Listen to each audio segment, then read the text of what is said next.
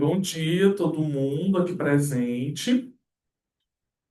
Hoje a gente está comemorando 10 anos de existência do LAC. O LAC, que é o Laboratório de Arte Contemporânea, ele nasceu em 2015 na Universidade Federal do Ceará como um espaço de estudo, de pesquisa, de investigação e criação em arte contemporânea. Foi fundado sob a coordenação de Cassiano Gadelha e associado ao programa de pós-graduação em artes da UFC. E o LAC ele foi concebido para tensionar e repensar os campos da história da arte, da crítica, da curadoria, da expografia, da arte-educação e das poéticas contemporâneas. Desde a sua criação, o LAC investiga as relações entre arte, gênero, raça, classe, etnia e sexualidade, em uma perspectiva crítica, interseccional e decolonial. Essa abordagem busca questionar as estruturas hegemônicas, ampliando vozes e práticas historicamente marginalizadas, para propor novas epistemologias e metodologias de criação e pensamento sensível em artes. Ao longo de sua trajetória, o LAC organizou grupos de estudo que se tornaram a marca do laboratório, tais como o Grupo de Estudos em Biomaterialidades e Pós-Colonialidades em Artes, o Grupo de Estudos em Curadoria, Pensamento Decolonial e Indígena, o Grupo de Estudos em Arte e Decolonialidade, discutindo autoras e autores latino-americanos e africanos. Além dos grupos, o LAC promoveu seminários, colóquios e oficinas, como o Seminário de Arte Contemporânea Decolonial, o Colóquio Multidões Queer, a oficina Introdução ao Pensamento Decolonial e a residência pós-pornopirataria, que articulou arte contemporânea e pós-pornografia. Além da exposição Soterramento, que contou com a participação de quase 20 artistas, Luiz está aqui, é uma das artistas participantes, e é uma exposição que investigou o esgotamento dos modos de existência majoritários e a falência do mundo como conhecemos, a partir de exercícios de descolonização da imaginação, libertando-a das garras e armadilhas dos poderes instituídos e fazendo fugir a vida e a potência de criação aprisionadas. Desse modo, os artistas imaginam o impossível em uma guerra de imaginações onde surge a criação ética e estética que propõe o apocalipse como um projeto político. E aí, contando um pouco da história do LAC, a gente vai agora no túnel do tempo, 2015, porque o LAC ele nasce em 2015, num momento muito específico, particularmente da minha trajetória, que foi o meu ingresso no Instituto de Cultura e Arte da Universidade Federal do Ceará. Então, quando eu entrei na graduação, eu tinha uma inquietação profunda, porque eu queria pesquisar arte contemporânea, mas naquele momento não existiam até então espaços de estudo sobre arte contemporânea dentro da universidade. Existiam algumas disciplinas, alguns eventos muito pontuais, mas não havia um território de permanência sólido, mais estruturado, um espaço contínuo de investigação, de fricção, de ficção e de pensamento em processo em arte contemporânea. E talvez, também é importante dizer que naquele momento eu não entendia o que era arte contemporânea. Eu não sabia o que era arte contemporânea. Eu não sabia nomear, não sabia categorizar, eu não sabia explicar, né? E talvez seja por isso que eu queria tanto estudar arte contemporânea, porque eu não sabia, eu não entendia. Então era justamente esse não saber que me mobilizava. Havia ali uma atração muito forte pelo desconhecido, um fascínio por aquilo que escapava às formas estabelecidas da história da arte, por aquilo que não cabia nos manuais, nos estilos e nas cronologias lineares. Então esse fascínio pelo desconhecido dialoga diretamente com aquilo que o filósofo Giorgio Agamben define como contemporâneo. Para Agamben, o contemporâneo não é aquele que coincide plenamente com o seu tempo, mas aquele que mantém uma relação de desajuste, de fratura com o presente. O contemporâneo é aquele que percebe a escuridão do seu tempo, que é capaz de olhar para aquilo que o presente tenta ocultar, apagar ou neutralizar. Ser contemporâneo é, portanto, nesse sentido, habitar a ferida do tempo e não essa superfície iluminada, essa luz que nos cega de tanto ver. Então, a arte contemporânea ela nasce justamente desse lugar de fricção, Ela não se define por uma linguagem específica, por um suporte específico ou por uma técnica específica, mas ela se define por um regime de problemas. É uma arte que lança problemas. É uma arte atravessada pela crise das representações, pela politização do corpo, pela emergência das pautas de gênero, raça, classe, sexualidade, pela crítica às narrativas hegemônicas da modernidade, pela relação com o território, com a memória, com as ecologias e os modos de vida. A arte contemporânea, ela reflete o nosso tempo. Foi nesse contexto que Juliano Gadelha, que vai estar hoje de tarde com a gente, ele me contou naquele momento, naquele ano de 2015, que o seu irmão, Cassiano Gadelha, estava retornando ao Brasil. Cassiano estava em Berlim, concluindo seu doutorado, e estava retornando para o Brasil naquele ano para realizar um pós-doutorado em artes na UFC.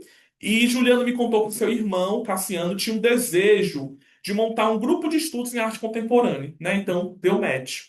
Eu estava ali na universidade buscando um espaço, Cassiano estava chegando na universidade, querendo formar um grupo. Então, eu entrei em contato com Cassiano, me apresentei, falei que era estudante do primeiro semestre da graduação, querendo estudar arte contemporânea, e Cassiano chegando na universidade, e eu propus, eu vou organizar um grupo para a gente. Então, aí na SULAC. Escrevi um projeto, submeti o projeto à Secretaria de Cultura da universidade. A gente conseguiu uma bolsa para o LAC poder nascer e a gente vinculou o laboratório ao programa de pós-graduação em artes da UFC. E assim, em 2015, nasce institucionalmente o LAC, né? O Laboratório de Arte Contemporânea. Então, o LAC, desde o início, ele nasce como esse espaço de estudo, de pesquisa, de criação, né? Sobretudo, um espaço de fascínio pelo desconhecido. Eu acho que o LAC talvez seja essa, talvez a marca que permanece até hoje, uma espécie de um fascínio pelo desconhecido. Então, e é um espaço de dissenso, é um espaço de conflito produtivo, criativo, de experimentação conceitual e política. E aí, ao longo dos anos, né, desde 2016, a gente abre o LAC para a comunidade. A gente começa com um colóquio Multidões Queer, que a primeira grande ação do LAC acontece em 2016, com o primeiro colóquio Multidões Queer, e não é por acaso que o laboratório começa por aqui, né? A teoria queer, ela nasce como uma crítica radical às políticas identitárias fixas, à normatividade de gênero e sexualidade. A ideia de identidade como essência, né? Então, essa ideia, os estudos queer, ou chamada teoria queer, ela tem uma crítica a essa ideia de identidade, às normatividades de gênero e sexualidade. E o Queen não é uma identidade, é uma força de desestabilização, né? Apesar de que nesse primeiro momento a gente se aproxima do Queen, e em um segundo momento a gente faz uma crítica à teoria Queen, né? A partir de uma série de autoras, a gente foi trazendo ali, como Irra de Perra, que é uma autora que vai fazer uma crítica à teoria Queen, falando que uma teoria Queen é também uma teoria colonial, importada da América do Norte para a América do Sul, e a gente vai pensar outros modos de pensar essa crítica a uma identidade fixa. E aí, como o Paul Preciado propõe, esse filósofo argentino, ele propõe o conceito de multidões queer, justamente para pensar corpos dissidentes não como identidades isoladas, mas como agenciamentos coletivos, como forças políticas em movimento. Multidões que não pedem reconhecimento, mas que produzem curtos-circuitos nos regimes de normalização. Então, esse colóquio, né, o colóquio Multidões Queer, ele foi pensado como um espaço de atravessamento entre arte, teoria, ciência, corpo e desejo, apostando numa política pós-identitária e numa estética do devir. E em sequência, né, ainda em 2016, a gente consolidou o grupo de estudos em arte e pensamento, partindo de uma premissa fundamental: a arte, ela pensa. A arte, ela não é uma ilustração da teoria. Ela é produção de teoria, ela é produção de conhecimento. Ela é produção não apenas de conhecimento, mas ela é produção de sensibilidade, produção de imaginação, de imaginários. de produção de mundo. Nesse grupo, a gente atravessou diversos autores. Obrigado.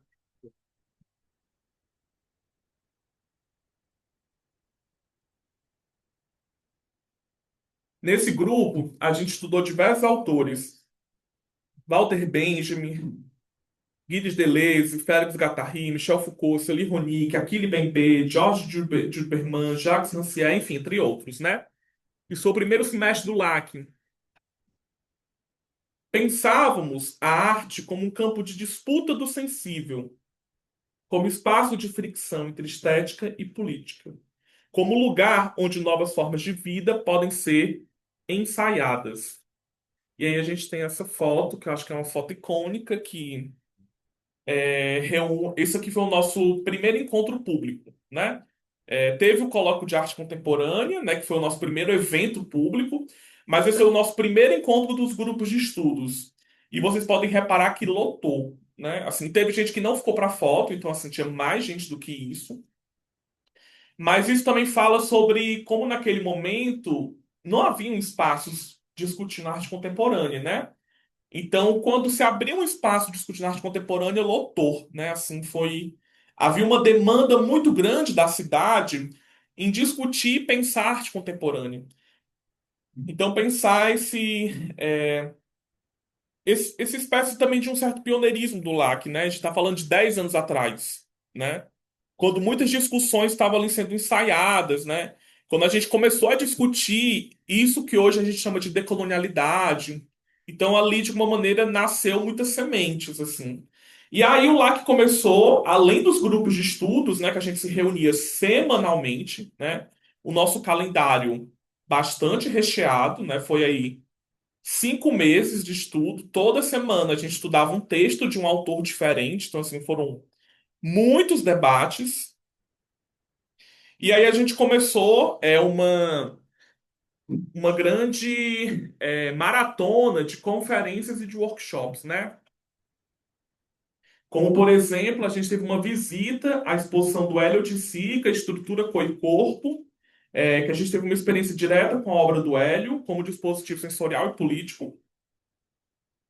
Depois, a gente organizou um workshop, que foi quer dizer, uma conferência chamada Hélio Sica, Arte Política com Tia Cassi, onde Tchaikovsky fez uma leitura de Oiticica não como um propositor de experiências e não como produtor de objetos, né? Pensando nessa desmaterialização do objeto artístico. A gente também organizou a conferência com Yuri Firmeza, a ideia do curto-circuito, o artista como um eletricista, ou seja, como o artista opera curtos-circuitos, o artista como aquele que provoca falhas no sistema. Workshop poéticas, não, desculpa, a- narrativas sensoriais, com Osmar Gonçalves, o sensível como linguagem no audiovisual contemporâneo, workshop poéticas da imagem, com a Ada Cruff e a Gisele Galitio, a imagem como campo de disputa do visível, e o workshop é, Arte na Cidade e Etnografia Urbana, com Glória Diógenes, para pensar a cidade como um campo estético, político e simbólico. E a gente também fez essa visita ao predinho da Aline, que até então estava fazendo a pesquisa de mestrado dela sobre o predinho. Foi uma experiência super importante, né? Ícaro estava com a gente, estava aqui? Não. Mas foi um momento super especial que a gente pôde fazer uma vivência poética e política no predinho com a Aline. E aqui a Cauane, que foi a nossa primeira bolsista oficial do LAC, apresentando nos encontros universitários. Então, o LAC também teve uma grande produção acadêmica, a gente produziu muitos textos. E ainda em 2016, se vocês lembrarem, no final do ano, foi o período das ocupações nas escolas, de ensino médio, fundamental também, e no ensino superior. Foi um ano de muita ebulição política, os estudantes ocuparam as universidades, o LAC também ocupou o ICA, Foi a primeira ocupação do Instituto de Cultura e Arte. A gente passou 3 meses ocupando a universidade e a gente realizou uma série de debates, né? E eu acho que esse debate específico foi um debate super importante. Foi um debate que cruzava raça e gênero, como a gente tem essa obra aí do Dalton Paula, no fundo, assim. Então, o LAC também é um laboratório político, né? Ele também participou ativamente das ocupações das universidades. Rodriga estava lá também, com Douglas, eu lembro Uhum. muito Uhum. desse período. E aí, em 2017, a gente organizou o grupo de estudos em biomaterialidades e pós-colonialidades em arte. A gente também organizou o grupo de estudos em curadoria, pensamento decolonial indígena, 2017. O primeiro colóquio de arte contemporânea, a gente teve uma oficina de Vogue, foi incrível esse colóquio. Aqui na Porto, né, Tia Cássia organizou uma exposição com a sua curadoria. Foi uma exposição que juntou Érica Nogueira, Helder de Paula e Victor Gifone, com a curadoria de Cassiano Gadelha, com o título Margens da Pele. E ainda no ICA, a gente organizou um encontro com Clara Capello e Diego Landim em torno das questões do corpo e do desejo. Em 2018, a gente organizou o Grupo de Estudos Atlântico Negro, que foi uma obra super importante do Paul Gilroy, que foi uma obra referência para a Bienal de São Paulo, daquele período, que foi curada pelo Hélio Menezes, a Diane Lima, a Grada Quilomba e o português, não lembro o O nome dele, Manuel. o Manuel. Rodrigo. É, Na verdade, foi da Histórias Afroatlânticas, não? 2018. também, isso. Que também foi super importante para o da Bienal. Uhum. E aí, Isso. nesse período, a gente trouxe o Hélio Menezes. Ele fez uma atividade super bacana, lendo os portfólios dos artistas que participaram da exposição Soterramento. A oficina Bordando Vivências com o Rodrigo. E a exposição Soterramento, que foi uma exposição super importante. Foi minha primeira curadoria no Instituto de Cultura e Arte. Foi uma exposição que reuniu quase 20 artistas e que a gente vai fazer o lançamento e distribuição gratuita do catálogo hoje à noite. Ah, a gente também organizou exposições, a gente fez também uma oficina de contranarrativa da história da arte. Aqui o Hélio lendo Uhum. os portfólios dos artistas da Soterramento. Em 2019, a gente fez o grupo de estudos em arte e decolonialidade, que a gente teve a participação do Rômulo, que vai estar amanhã, ministrando um curso de pensamento contemporâneo em artes, amanhã e na quinta. Grupo de estudos decoloniais, teve participação de Analine Furtado e de Rômulo também, Rodrigo coordenou. Grupo de estudos em estética e filosofia da arte, que teve várias edições, grupo de estudos em Spinoza, grupo de estudos em filosofia da imanência, e o primeiro seminário de arte contemporânea, que contou com vários convidados, e o seminário institucional por dentro e para além dos museus, arte, educação e patrimônio.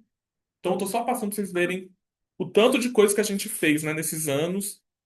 A exposição Corpos Furiosos, a oficina de introdução ao pensamento decolonial, a residência pós-pornopirataria, intersecções entre pós-pornografia, arte contemporânea e decolonialidade, que teve a participação do Raoni, da Bruna Cury e do Gil Porto Pirata.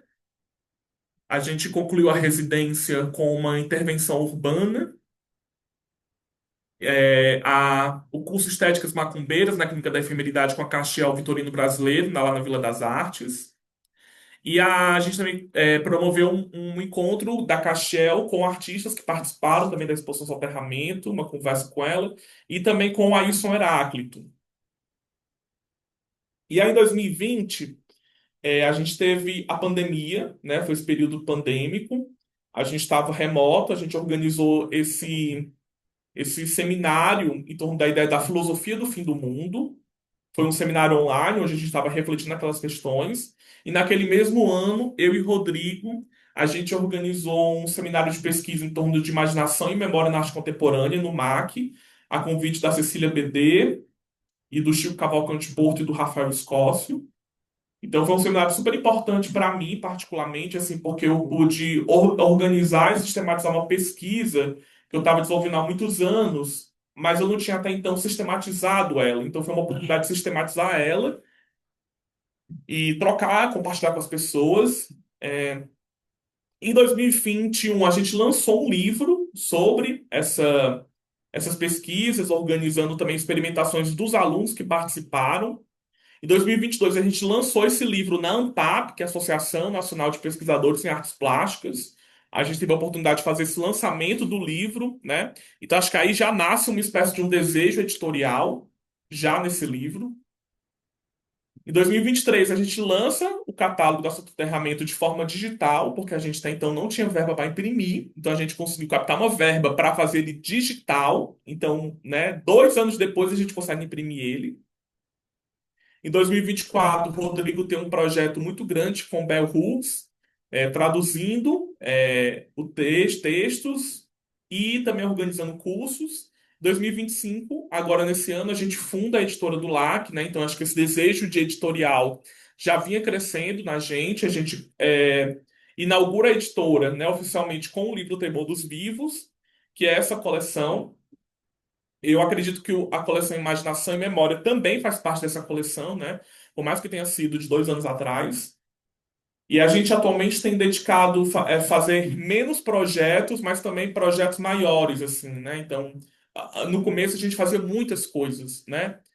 Mas agora a gente tem pensado em cada vez mais fazer menos coisas, mas fazer coisas mais densas, né? Que concentrem mais energia. E a gente chega nesses 10 anos do LAC, né?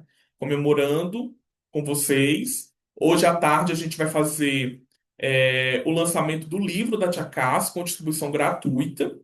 E à noite, a distribuição gratuita do catálogo da Soterramento com uma performance de ativação minha. Tá. Você não tinha me avisado antes, né? Obrigado, gente.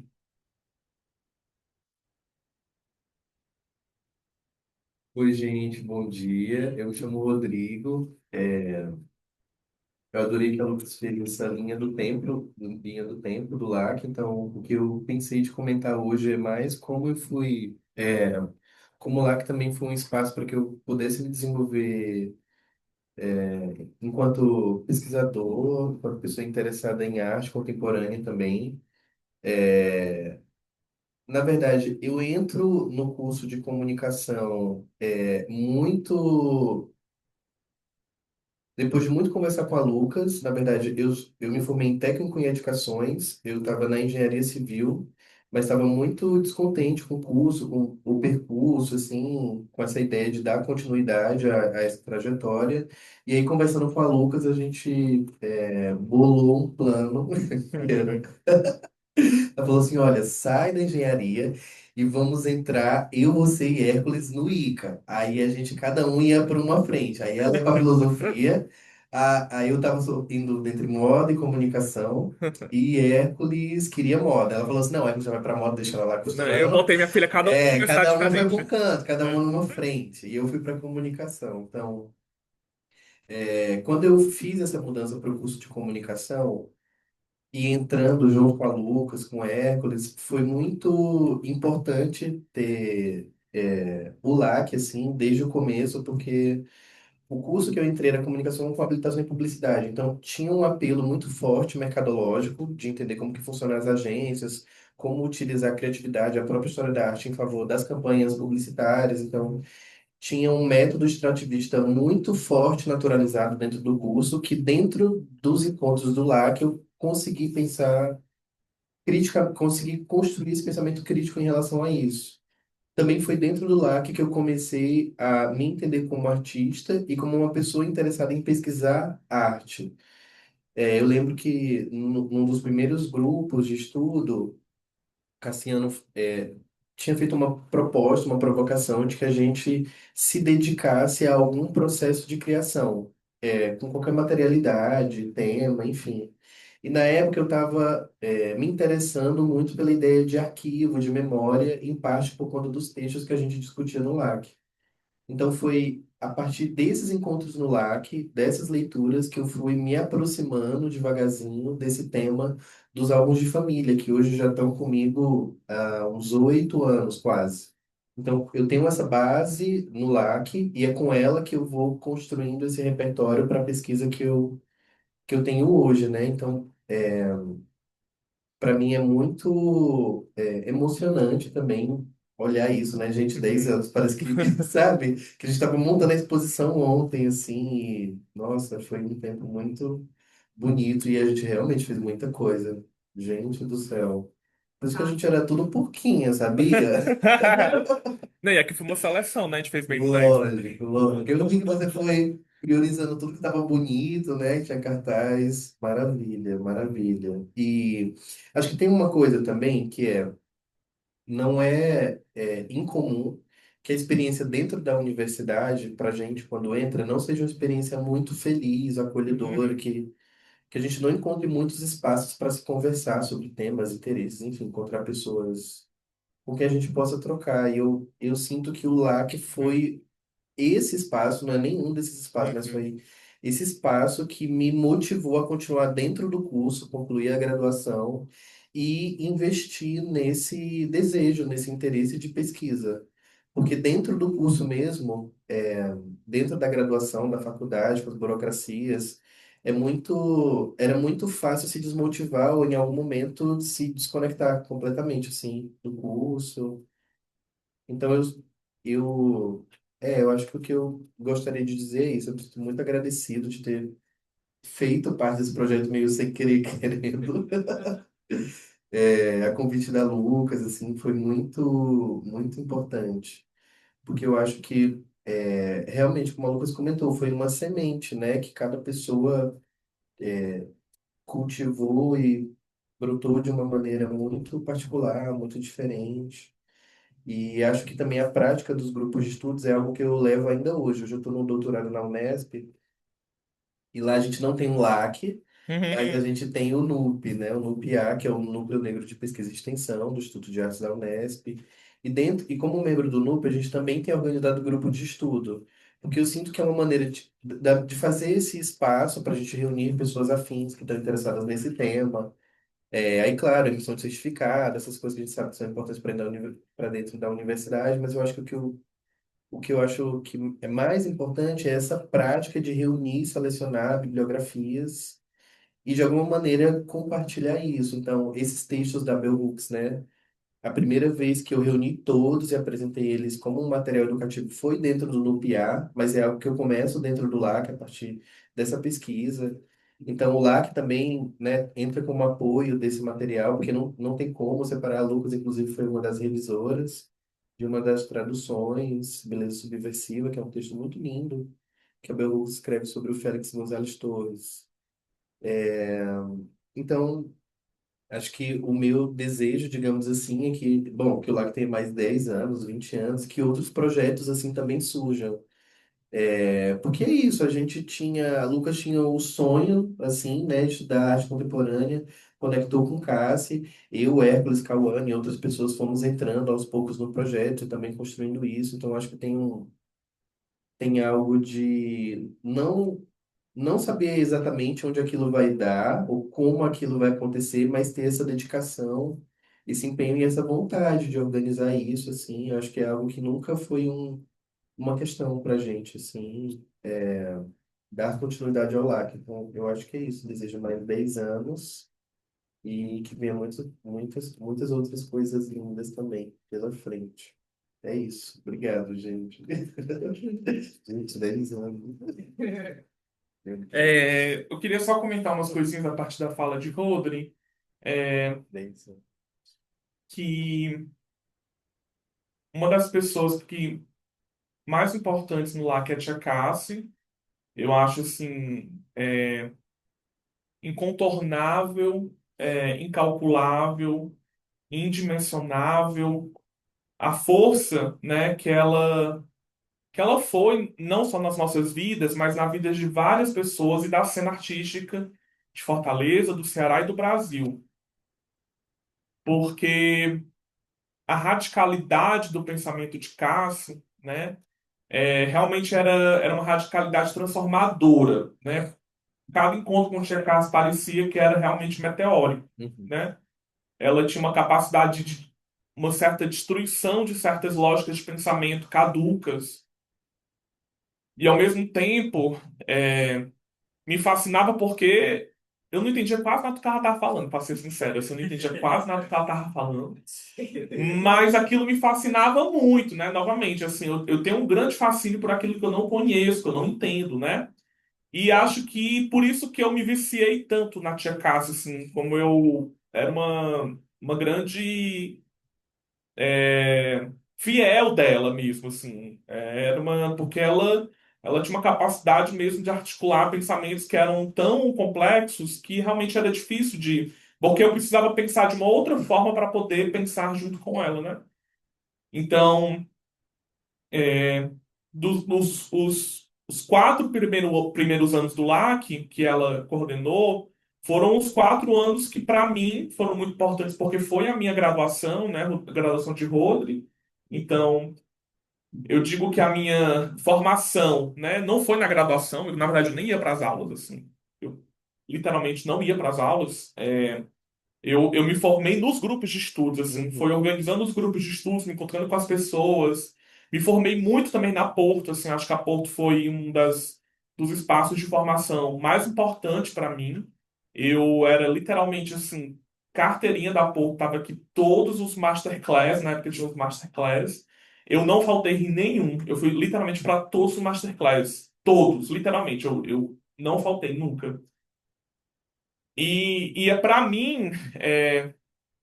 O LAC e esses espaços, que são espaços de alguma maneira que estavam ali interessados nessas discussões que ainda não tinham muita forma, né? Eu acho que assim como os grupos de estudos, né, sobrevivem na Rodre, né? Hoje eu não consigo mais dar conta de grupos de estudos, né?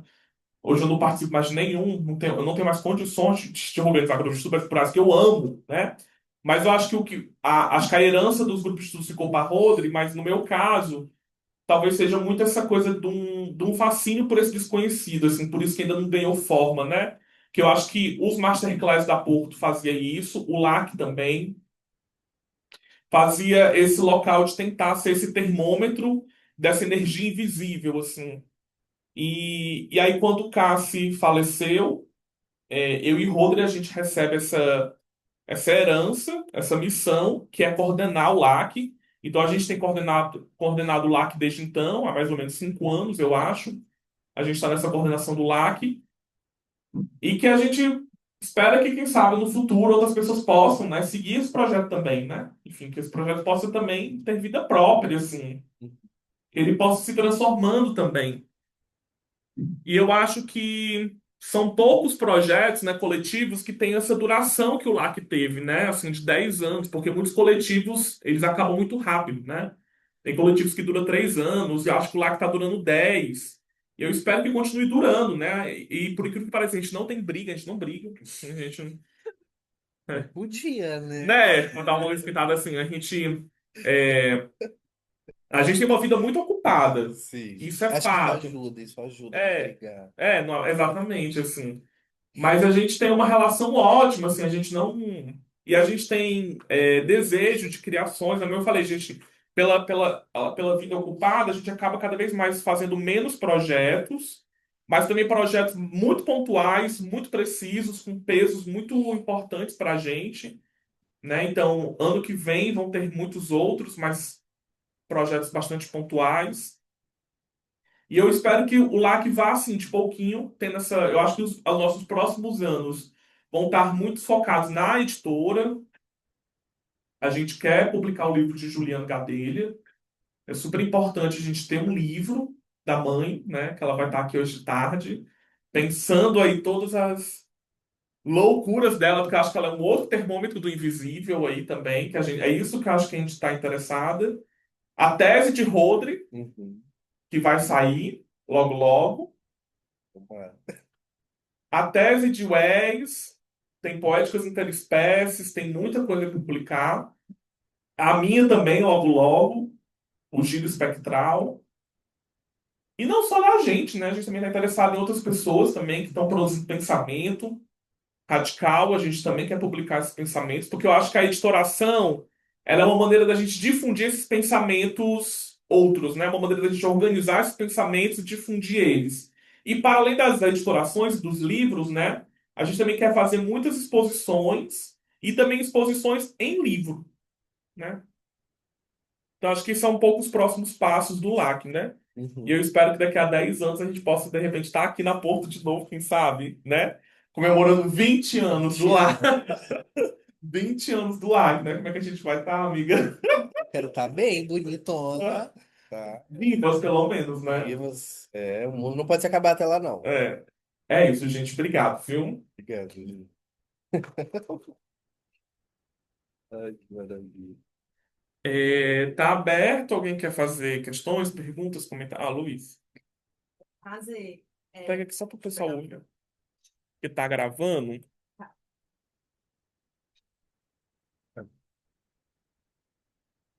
Fazer uma pergunta aqui. Primeiro, eu gostaria de parabenizar vocês. É uma trajetória muito bonita. O LAC continua tendo essa reverberação no campo aqui. E eu fiquei querendo saber como é que vocês veem, ou se vocês observam, o papel da crítica na arte contemporânea aqui no nosso contexto de Ceará, Uhum. enfim, como é que vocês enxergam essa crítica de arte contemporânea e o papel, acho que, do LAC nisso, como esse dispositivo, né, que vai, acho que, injetando várias provocações no meio artístico, né? E é isso, queria ouvir um pouco sobre essa visão dessa crítica de arte contemporânea hoje, nesse contexto, como é que vocês observam isso. Uhum. Vai, vai. Quer começar? Ah, foi um comentário bem. Quando eu penso em crítica de arte, textos, né, uma dedicação, eu penso também sobre os usos do tempo. Então, quando a gente se dedica a escrever sobre uma obra ou um conjunto de obras, a gente está fazendo uma escolha de investir o nosso tempo e em criar uma relação com aquele trabalho, com aquela artista, com aquela poética. Então, eu acho que tem algo que eu sinto que é uma contribuição do LAC, de alguma maneira, é esse pensamento crítico que é de que maneira a gente faz uso dessa gramática da crítica de arte, ao mesmo tempo que a gente articula com um repertório que não é só das artes, que tem a ver com pensar a arte como um campo transdisciplinar, que eu acho que essa era uma das grandes contribuições da Cássia, assim, ela levava, cada grupo de estudos, ela levava, assim, muitas referências, psicanálise, filosofia, história, aí alguns textos de antropologia, então a gente tinha um repertório muito amplo, como se fossem várias chaves que favoreciam com que a gente abrisse várias portas, então eu poderia passar a ter uma familiaridade ou uma entrada com certos trabalhos a partir desse repertório. Então, o que eu penso é que é um trabalho complexo e difícil, esse trabalho da crítica, o que envolve que você se relacione com o trabalho, mas de alguma maneira você cria uma leitura que ela possa ser partilhada de maneira pública e que talvez tenha menos a ver com artistas que estão no hype ou que estão bombando e mais sobre como, pensando na crítica como texto, como que esse texto ele proporciona um encontro, uma ruptura, uma quebra na maneira como nós pensamos sobre aquele trabalho. Que eu acho que esse é uma das grandes graças da arte contemporânea, que é isso de nos fazer ficar sem entender o que está acontecendo. Eu eu acho que, eu penso um pouco nessa direção. É, bem, Luiz falando sobre o Luiz falou sobre o nosso contexto, né, do Ceará, assim.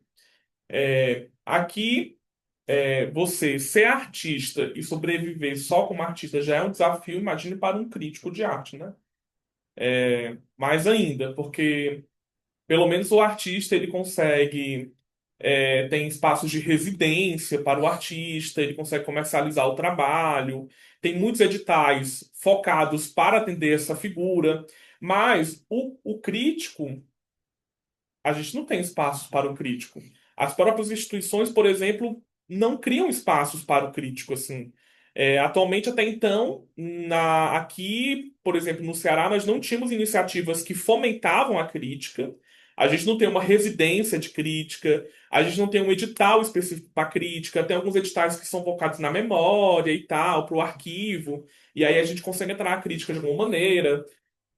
Mas a gente não tem até então. Por exemplo, a Pinacoteca ela começou um ateliê de pesquisa crítica que é um ateliê muito, eu diria, mais conteudista, não é tão prático assim, é mais um ateliê que tenta ali formar um pouco questões contemporâneas, mas a gente não tem ainda um espaço, um laboratório de crítica, a gente não tem ainda, sabe? Então a gente tem essa dificuldade do fomento dessa atividade, e essa atividade ela também é muito difícil dela se manter, assim, porque como é que um crítico ele vai se manter, né, aqui, nesse contexto, né? Em outras cidades do Brasil, né, como Rio, São Paulo e também outros países, o crítico ele já consegue ter um pouco mais de renda, porque ele consegue vender uma crítica, né? Ele consegue comercializar seus escritos para um livro, na pesquisa, né? Ele pode pesquisar um acervo e, de repente, escrever um texto crítico sobre aquilo.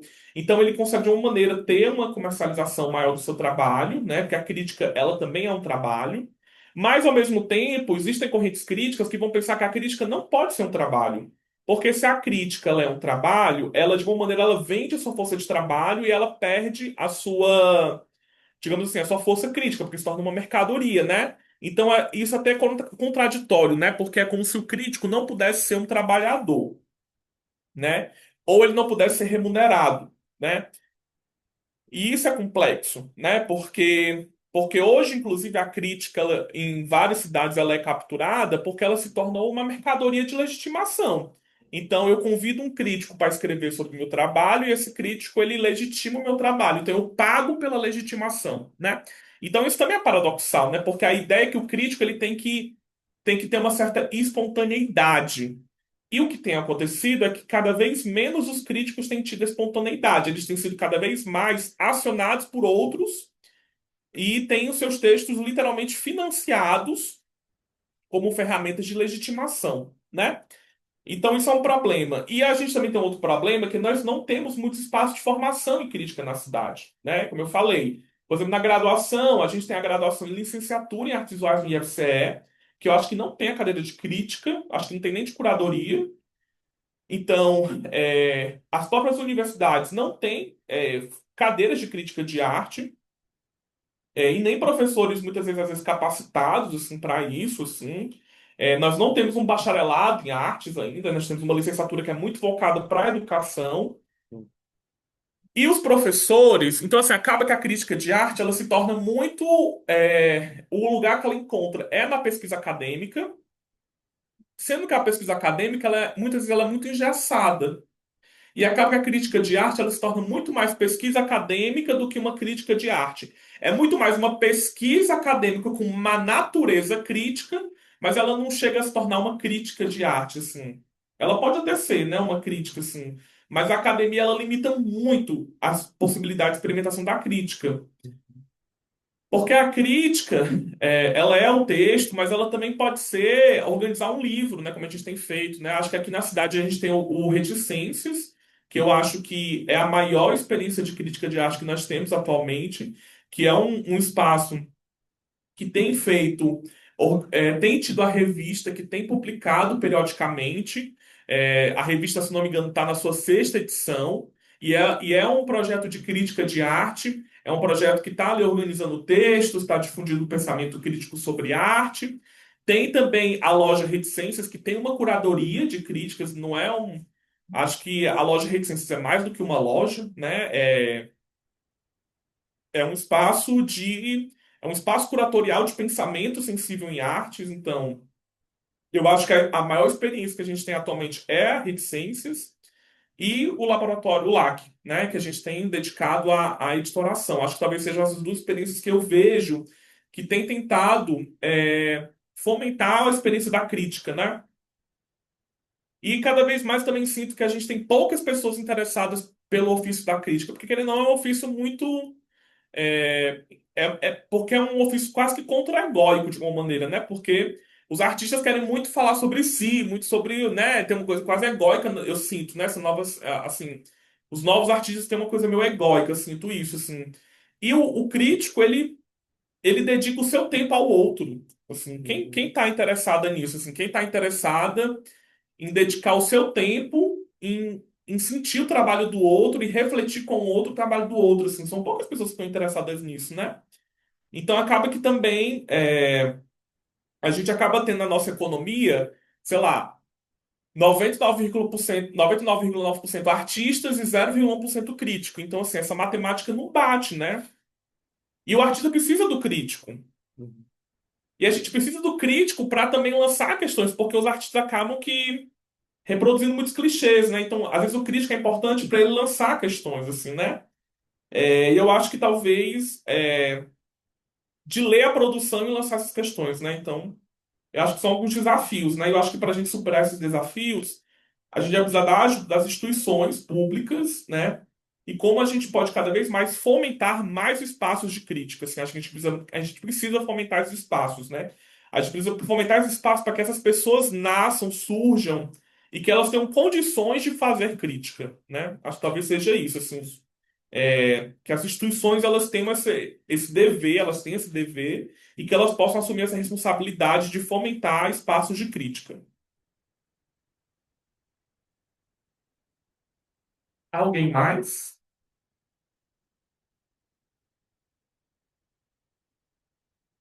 É isso que tá. Parou, né? Do nada. Ou começou a gravar agora? Não, Mas começou. como você tava Mas tá, vai, continuou. Mas foi na hora que eu falei que acabou, né? Acho que ela ouviu, eu falei que acabou e ela parou. Aí, Gente, meu credo, Deus, que velho. Não me medo! grava, não me grava. Mas queria agradecer o Wes que tá ali com as inscrições e que também tá na produção do evento. Agradecer os intérpretes, Williana, pela coordenação, e Felipe, que está aqui na interpretação em Libras. Agradecer a Porto, na figura da Luísa, que foi nossa anja do evento, que organizou tudo. E Rodrigo, por ter aceitado que está com a gente hoje, veio lá de São Paulo para cá, de volta para minha terra, para comemorar esses 10 anos. Foi. E a mim também, né? Gratidão, gente, a vocês que vieram. Obrigado, gente. Aí, de tarde, nós vamos ter o lançamento do livro da Tia Cassi com a madrinha Juliana Gadelha, certo? Começa às 2 horas, tá bom? E à noite, às 18 horas, a performance de ativação do lançamento do livro da Soterramento. Deixar no mistério. Até já. É isso.